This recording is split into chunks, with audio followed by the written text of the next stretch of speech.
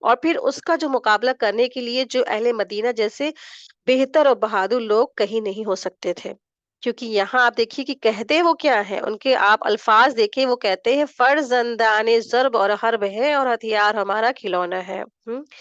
اور ہماری باپ دادا کی ریت چلی آ رہی ہے، یعنی کہ اتنے بہادر تھے اور کیا تھے، جنگ جدال والے تھے اس طرح سے۔ تو اتنے میں پھر کیا ہوا، ابو ابو الحسیم بن تیحان نے بات کاٹتے ہوئے کہا، اے اللہ کے رسول، ہمارے اور کچھ اور لوگوں کے بیچ عہد و پیمان کی رسیاں ہیں، اور اب یعنی کہ عہد و پیمان کی رسیاں، اس سے مراد کیا ہے، بنی اسرائیل یعنی یہود، مدینہ میں یہود آباد تھے نا، اور اب ہم انہیں کاٹنے والے ہیں۔ تو کہیں ایسا نہ ہو، ایسا تو نہیں ہوگا کہ ایسا ہم کر ڈالیں اور پھر اللہ تعالیٰ آپ کو غلبہ عطا کر دے تو آپ ہمیں چھوڑ کر اپنی قوم کے پاس پلٹ جائیں، یعنی واپس سے آپ مکہ چلے جائیں۔ تو رسول اللہ صلی اللہ علیہ وسلم نے تبسم فرمایا، یعنی کہ مسکرائے، اور انہوں نے کہا کہ نہیں، بلکہ خون خون ہے اور بربادی بربادی ہے، میں آپ لوگوں سے ہوں اور آپ لوگ مجھ سے ہیں، جس سے آپ جنگ کریں گے نا میں جنگ کروں گا، اور جس سے آپ صلح کریں گے میں صلح کروں گا۔ ٹھیک ہے، اس فیصلہ کن لمحے میں حضرت عباس بن عبادہ بن نگلہ رضی تعالیٰ آگے بڑھے۔ انہوں نے کہا، آپ لوگ جانتے ہیں کہ ان سے کس بات پر بیعت کر رہے ہیں؟ ان سے سرخ اور سیاہ یعنی ساری انسانوں سے جنگ پر بیعت کر رہے ہیں، اس لیے اگر آپ کو اندازہ ہے کہ جب آپ کے اموال کا صفایا کر دیا جائے گا، یعنی جنگوں میں سب کچھ ختم ہو جائے گا نا، اور آپ کے اشراف قتل کر دیے جائیں گے، تو آپ ان کا ساتھ چھوڑ دیں گے، تو پھر ابھی اسے چھوڑ دیجئے، کیونکہ یہ دنیا اور آخرت کی رسوائی ہے۔ اور اگر آپ لوگوں کا خیال ہے، آپ کو لوگوں کا خیال ہے کہ مال اور تباہی اور اشراف کے قتل کے باوجود عہد نبھائیں گے، تو پھر انہیں لے لیجئے، کیونکہ یہ واللہ دنیا اور آخرت کی بھلائی ہے۔ لوگوں نے کہا، ہم نہیں، ہم انہیں مال کی تباہی اور اشراف کے قتل کے خطرے سے ساتھ لیتے ہیں۔ اللہ کے رسول بتلائے، اس کے بدلے میں ہمارے لیے کیا ہے؟ آپ صلی اللہ علیہ وسلم نے فرمایا، جنت ہے۔ ٹھیک ہے، یعنی ہم اپنی مال ضائع کرتے ہیں، اپنے بڑے بڑے بزرگوں کو یا اپنے قریبوں کے جو قتل ہوتے ہیں، یہ بھی سب خطرہ منڈلانے لگا، لیکن ہم یہ سب قربانیاں کریں گے تو بدلے میں ہمارے پاس کیا آئے گا؟ تو آپ صلی اللہ علیہ وسلم نے کیا فرمایا؟ جنت کا وعدہ کیا، جنت، الجنہ۔ ٹھیک ہے، تو آپ دیکھیں کہ آپ صلی اللہ علیہ وسلم نے ان سے یہ نہیں کہا کہ تمہیں جنگی جیتیں گے تو ہم لوگ کیا ہوگا، ہم لوگ کے پاس مال آئے گا جی، جو غنیمتیں آئیں گی اور پھر کیسر کس طرح کے خزانے آ جائیں گے، نہیں، دنیاوی چیزوں کے بارے میں آپ صلی اللہ علیہ وسلم نے ان سے کوئی بات نہیں کی، کوئی وعدہ نہیں کیا۔ کس کا وعدہ کیا آپ صلی اللہ علیہ وسلم نے؟ جنت کا وعدہ کیا۔ کیوں؟ کیونکہ انسان نا بڑی سے بڑی جو قربانی کر سکتا ہے، جو مخلص مومن ہے، جس کو آخرت پر یقین ہوتا ہے، پھر وہ کیا ہے، تو بڑی سے بڑی قربانی کس کے لیے کر سکتا ہے؟ جنت کے لیے۔ ٹھیک ہے، جیسے جو ہے ابو طلحہ رضی تعالیٰ عنہ نے جنت کا سودا کیا تھا نا، اپنا بیرہا کا باغ دے کر کے، ٹھیک اسی طریقے سے انہوں نے کہا کہ ٹھیک ہے، آپ صلی اللہ علیہ وسلم نے فرمایا کہ جنت ہے۔ تو آج بھی آپ دیکھیے، دین کا کام جو سن- سنجیدگی سے کرنا چاہتے ہیں اور جو کر سکتے ہیں، پھر ان کے سامنے کیا منظر ناچتا ہے، ان کا گول کیا ہوتا ہے زندگی کا؟ صرف اور صرف جنت۔ وہ جنت کے بدلے ہی میں سارے اپنی زندگی کی اور اپنے سب کچھ قربان کرتے ہیں۔ کیا چاہتے ہیں؟ اللہ کی رضامندی اور جنت۔ ٹھیک ہے، تو جنت کی ہی وجہ سے انسان بڑی سے بڑی قربانی کر سکتا ہے۔ تو آپ صلی اللہ علیہ وسلم نے جنت کہا، تو لوگوں نے کہا، اپنا ہاتھ پھیلائے، اور آپ صلی اللہ علیہ وسلم نے اپنے ہاتھ پھیلائے اور لوگ بیعت کے لیے لپکے، مگر عین اس وقت آپ کا جو ہاتھ تھا، حضرت اسد بن زرارہ رضی تعالیٰ نے پکڑ لیا اور کہا،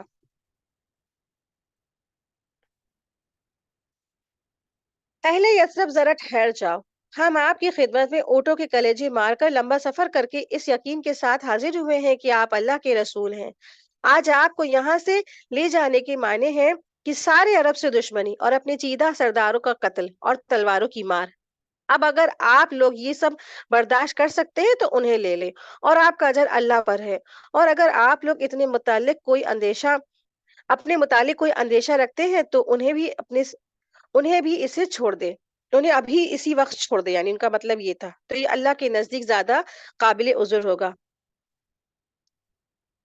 تو لوگوں نے کہا، اسد اپنا ہاتھ ہٹا لو، واللہ ہم اس بیت کو نہ چھوڑیں گے اور نہ توڑیں گے. اور اس کے بعد ایک ایک آدمی نے اٹھ اٹھ کر بیعت لی. ٹھیک ہے. تو یہاں پہ ان لوگوں نے سب نے بیعت لی اور آپ دیکھیں کہ اسی جو ہے نا پس منظر کے ریلیٹڈ جو سورہ توبہ کی آیت ہے، آیت نمبر 111 وہ نازل ہوئی. اور اس کا ذکر وہاں ملتا ہے اسی پس منظر میں. یہ آیت نازل ہوئی، ان اللہ اشترى من المؤمنین انفسهم واموالهم بان لهم الجنہ. ٹھیک. تو بلا شبہ اللہ تعالیٰ نے مسلمانوں سے ان کی جانوں کو اور ان کی مالوں کو اور اس بات کی عوض میں خرید لیا ہے کہ ان کو کیا ملے گی؟ جنت. جنت ملے گی. تو انہوں نے سودا کر لیا تھا جنت کا. تو یہ اللہ تعالیٰ کے ایک خاص فضل و کرم کا بیان تھا کہ اس نے مومنوں کو ان کے جان اور مال کی بدلے میں انہوں نے اللہ کی راہ میں جو لگائیں گے، جو خرچ کریں گے، اس کے بدلے میں وہ جنت ان کو عطا کی جائے گی.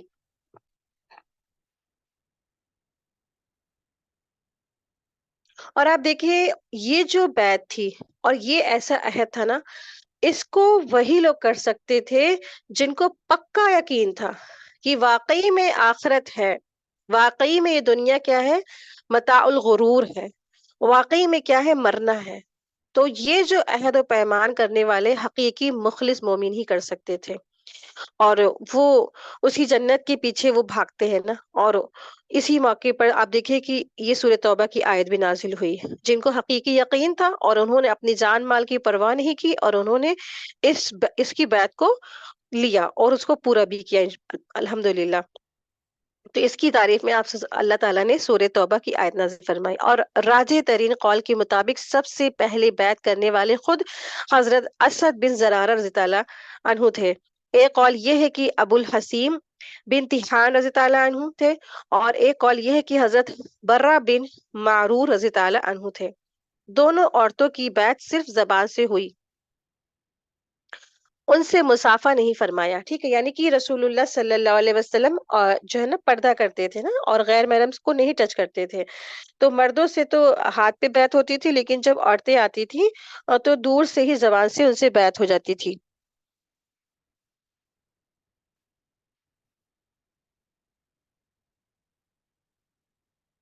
12 نقیب. بیعت مکمل ہو چکی تو رسول اللہ صلی اللہ علیہ وسلم نے لوگوں سے طلب کیا کہ وہ اپنے آپ میں سے 12 نقیب پیش کرے جو اپنے قوم کے نگران اور ان کے معاملات کے ذمہ دار ہوں گے. اس پر 9 آدمی خزرج سے اور 3 آدمی اوس سے منتخب یعنی کہ سلیکٹ کیے گئے. خزرج کے نقاب کے نام یہ ہیں، جو نقیب مقرر ہوئے تو ان کے نام یہ: پہلا یہ ہے سعد بن عبادہ بن دلیم، اسد بن زرارہ بن عداس، سعد بن ربیہ بن امرو، عبداللہ بن رواحہ بن طلبہ، رافع بن مالک بن اجلان، برہ بن معرور بن صخر، عبداللہ بن عمرو بن حرام، عبادہ بن سامد بن قیس، منظر بن عمرو بن خنیس. اور اوس کے جو نقاب کے نام یہ ہیں: اسید بن خزیر بن سماک، سعد بن خشیمہ بن حارث، رفع بن عبد المنذر بن زبیر.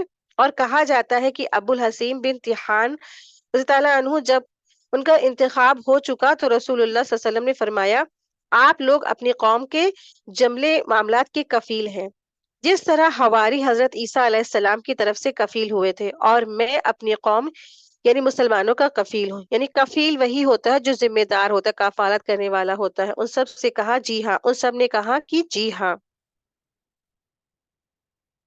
یہ ہے دوسری بیعت عقبہ. یہ نبی صلی اللہ علیہ وسلم نے اب تک کی زندگی میں سب سے عظیم اور سب سے اہم بیعت تھی. اس کی وجہ سے واقعات کا رخ بدل گیا اور تاریخ کی لائن تبدیل ہو گئی. جب بیعت پوری ہو چکی تو یہ جو لوگ تھے وہ بکھر گئے، یعنی اپنے اپنے ٹھکانوں پہ جانے لگے.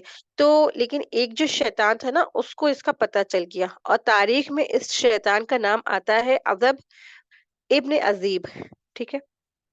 تو اس نے نہایت بلند آواز سے، جو شاید ہی کبھی سنی گئی ہو، پکار لگائی کہ خیمے والوں، کیا محمد سے نمٹو گے نہیں؟ تو اسی وقت بے دین اس کے ساتھ تھے اور وہ تم سے لڑنے کے لیے جمع ہو گئے.